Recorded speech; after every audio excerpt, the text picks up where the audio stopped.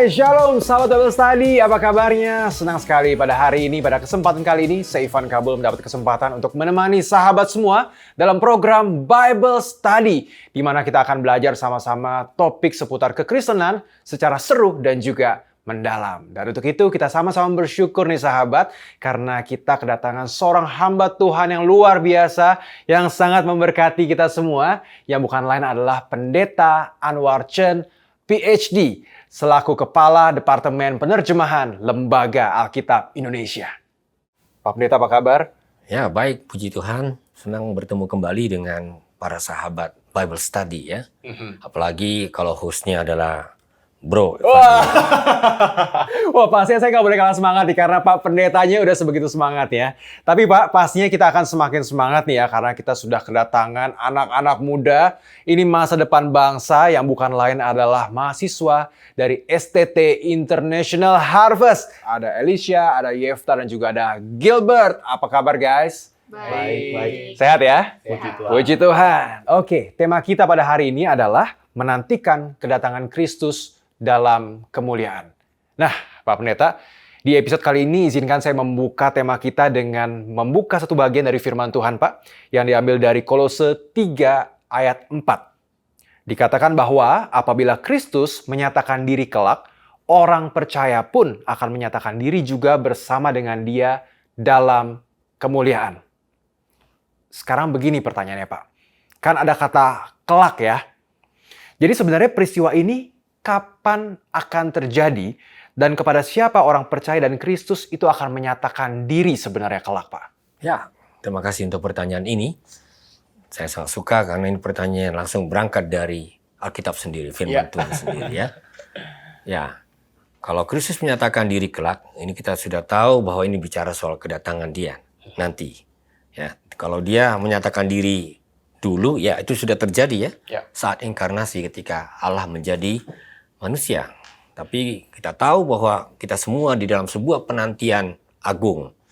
Ketika pada hari terakhir itu Dia akan menyatakan diri bersama dengan semua malaikatnya dan juga bersama semua orang-orang kudus, kita-kita ini. Ya, Dia akan menyatakan kemuliaannya, keagungannya, tentu saja di hadapan segala-galanya. Kita bicara tentang gambaran-gambaran yang paling dahsyat di masa depan, yang masih menantikan realitas pengharapan kita sebagai umat percaya. Nah itu, jadi oleh karena itulah, kalau kita bicara tentang ayat ini, apabila Kristus kelak menyatakan diri, kita juga akan menyatakan diri bersama dengan Dia dalam kemuliaan. Itu adalah sebuah janji. Sebuah janji yang bisa kita pegang. Masih ada kemuliaan lain yang menanti orang-orang percaya. Dan itu sudah dimulai dalam hidup kita pada masa kini. Ya, jadi hari ini secara khusus kita bicara tentang hidup dalam penantian tersebut. Dan itu betul-betul ada kaitannya dengan apa yang sudah kita pelajari sebelumnya.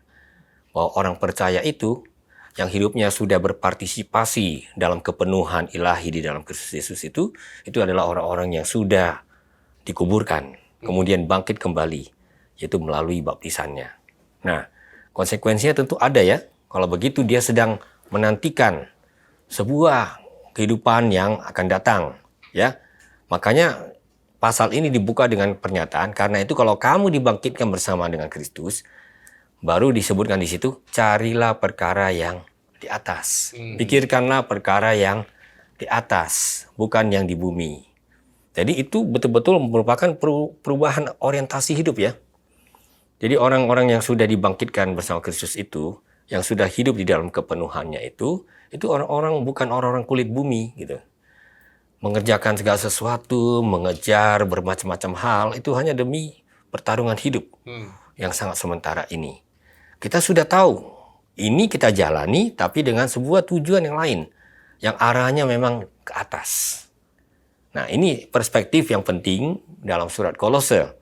Dan ada konsekuensinya. Konsekuensinya adalah kalau orientasi hidup kita terarah ke atas, itu harus ada dampaknya dalam kehidupan di atas kulit bumi ini. Kehidupan sehari-hari kita ya. Nah, itu sebabnya dikatakan kalau kita ini sudah mati, maka hidup kita itu adalah hidup di dalam ketersembunyian di dalam Dia. Ya, sekarang kita dilindungi oleh Dia, kita terpelihara, tersimpan di dalam dia. Dan karena itu ada sambungannya dengan hidup yang saya sebut dengan perilaku, cara kita berbicara, cara kita berinteraksi satu sama lain.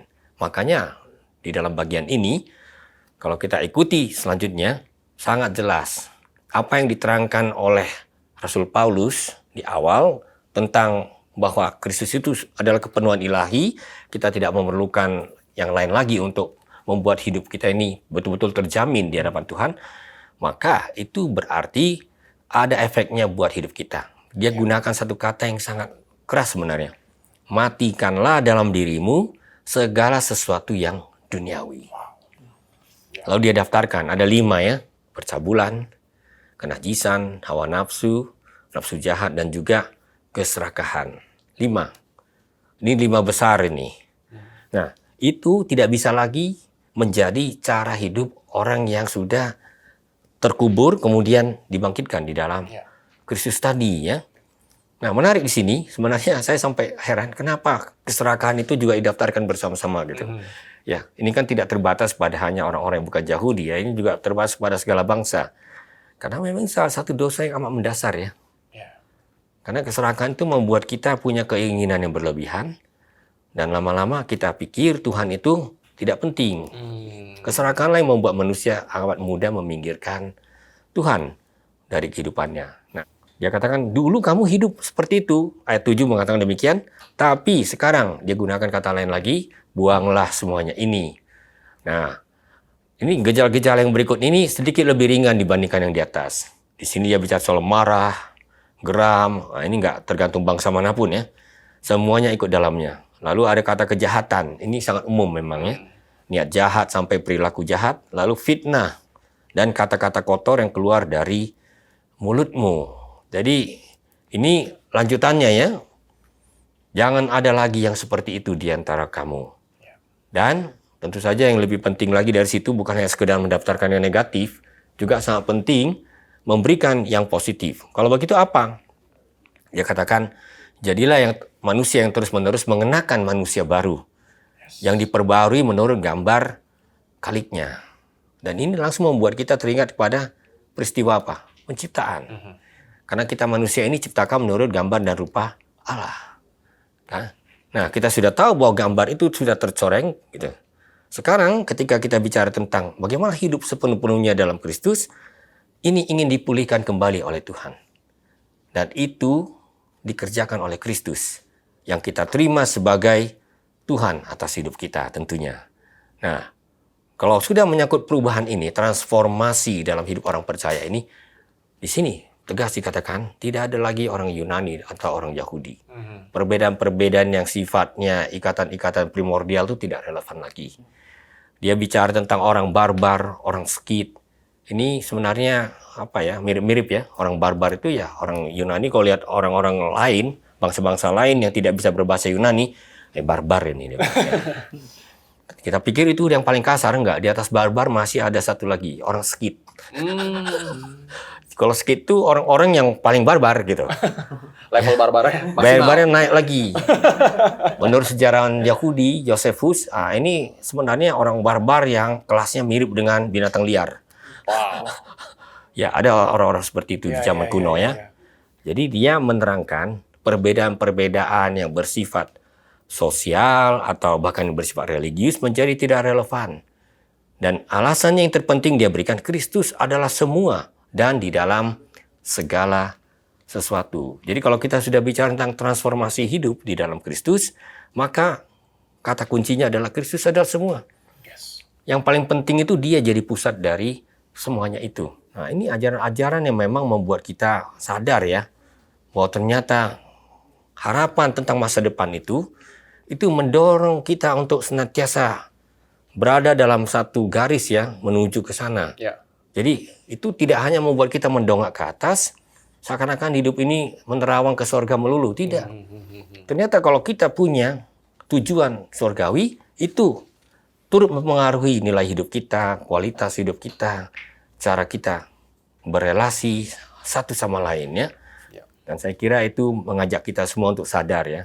Ternyata menjadi orang Kristen itu ya di bagian sebelumnya saya sebut sebagai orang-orang kebangkitan, itu nyata sekali buah-buah yang harus ditunjukkan sebagai orang-orang kebangkitan itu.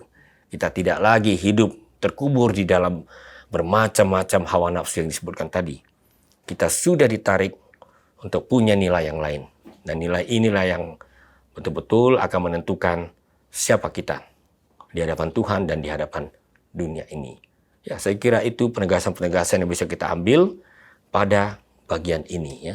Siap, terima kasih Pak Pendeta untuk jawaban yang sangat mencerahkan kita semua. Dan kita akan masuk ke sesi tanya jawab. Teman-teman dari STT International Harvest, silakan yang mau bertanya langsung saja angkat tangan kalian. Pak, saya ada pertanyaan ini, Pak. Apakah makna dari perkara yang di atas dalam Kolose pasal 3 ayat 1 sampai 2? Nah, Pak Pendeta, ini menarik banget. Mungkin kita bisa buka ayatnya sama-sama ya, Pak ya? Ya. Oke, sahabat Bible Study dimanapun kalian berada, yuk kita buka sama-sama Alkitabnya. Kita akan buka sama-sama di Kolose 3, ayat yang pertama sampai yang kedua. Aku akan bacakan buat kita semua. Karena itu, kalau kamu dibangkitkan bersama dengan Kristus, carilah perkara yang di atas, di mana Kristus ada, duduk di sebelah kanan Allah. Ayat yang kedua, pikirkanlah perkara yang di atas, bukan yang di bumi. Bagaimana Pak Pendeta? Apa maksud dari perkara yang di atas? Itu apa maksudnya Pak? Ya, terima kasih untuk pertanyaan ini ya. Pertama-tama klarifikasi dulu ya, kata perkara ini. Karena kata perkara ini sekarang ini lebih banyak soal pengadilan ini. ya. Cari-cari perkara orang ya. Gitu ya. Nah, padahal yang dimaksud itu hal-hal yang di atas. Oke. Gitu ya. Nah, itu tentu sesuai dengan teks sumbernya dalam bahasa Yunani ya. Menyangkut segala sesuatu yang di atas. Nah, pertanyaan berikut tentu adalah di atas itu yang mana? Kita di sini tidak mau mengartikannya cuma secara spasial ya. Ke atas itu berarti ya kalau kita lihat ke atas gitu. Oke. Ya, ini kalau kita bicara soal ke atas, kita bicara tentang hal-hal yang mulia, hal-hal yang agung gitu ya. Dan tentu saja yang menentukan itu atas atau bawah, atau posisi lainnya, karena dalam teks ini katakan dengan amat jelas, di mana Kristus ada. Jadi yang menentukan bagaimana tempat itu menjadi orientasi kita, tentang kemuliaan sorgawi, kemuliaan ilahi, itu adalah ketika Kristus ada. Dan diterangkan lebih jauh bahwa dia sedang duduk di sebelah kanan Allah. Lagi-lagi ini jangan kita gambarkan secara harfiah ya. Sebelah kanan tuh ya adalah posisi otoritas. Posisi kewenangan, kemuliaan ya. Sehingga dia mau katakan ya, Kristus itu tidak lain daripada yang ilahi itu gitu. Ya memang kadang-kadang dalam berbagai kultur ya bisa sebaliknya ya, kanan itu justru yang rendah gitu. Jadi bukan kiri kanan yang penting bagi kita, tapi ini adalah posisi kemuliaan. Nah, karena itulah orang Kristen diajak, pengikut Kristus diajak untuk melihat ke atas. Atasnya bukan spasial, tapi Kristus yang menjadi orientasi hidupnya, pusat hidupnya. Karena itulah hidup di dalam kemuliaan ilahi. Makanya kita nggak mau terjebak dengan hanya hal-hal yang ada di kulit bumi ini ya. Kalau di kulit bumi ini kita tahu biasanya manusia kalau mengejar itu nggak jauh-jauh ya. Materi, kedudukan, atau kehormatan. Lalu ya kesenangan, biasanya itu berbarengan itu. Nah ini yang menjebak kita. Makanya banyak orang ya akhirnya terjebak dalam kehidupan di kulit bumi ini. Karena itu perlu ada orientasi yang jelas. Ini yang menuntun kita untuk terus dalam keseharian kita itu memusatkan hidup kita kepada Dia. Karena Dialah yang di atas itu sesungguhnya. Ya saya rasa itu penjelasan yang bisa saya berikan secara singkat. Terima kasih Pak Pendeta. Berarti perkara yang di atas maksudnya adalah bagaimana kita punya hidup yang berorientasi pada Kristus gitu ya Pak? Ya. Yang pastinya di kehidupan kita tercermin nih melalui buah roh yang terlihat dan dirasakan juga oleh banyak orang. Oke, baiklah. Saya akan membuka kesempatan untuk penanya berikut. Alicia udah ngeliatin aku terus. Mau bertanya ya? Banget. Waduh, oke silakan Alicia pertanyaannya. Iya. Jadi dalam Kolose 3 ayat 5-6 dikatakan bahwa tindakan duniawi seperti percabulan, kenajisan, hawa nafsu, dan lain-lain itu mendatangkan murka Allah.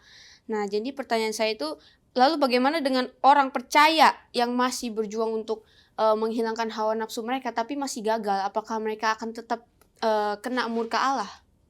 Wow, pertanyaan yang sangat menarik. Apabila orang percaya yang sampai sekarang mungkin masih berjuang nih dengan hawa nafsunya, tapi seringkali gagal, akankah menerima murka Tuhan? Kita akan keep pertanyaan ini karena saya cukup yakin dan percaya ini pertanyaan yang merupakan pergumulan banyak di antara kita dan juga mungkin sahabat Bible Study semuanya. Di part kedua nanti, Pendeta Anwar akan menjawab dengan memberikan jawaban yang sangat komprehensif dan mendalam. Jadi pastikan jangan sampai terlewat. Saya Ivan Kabul, sampai bertemu di part berikutnya. God bless you.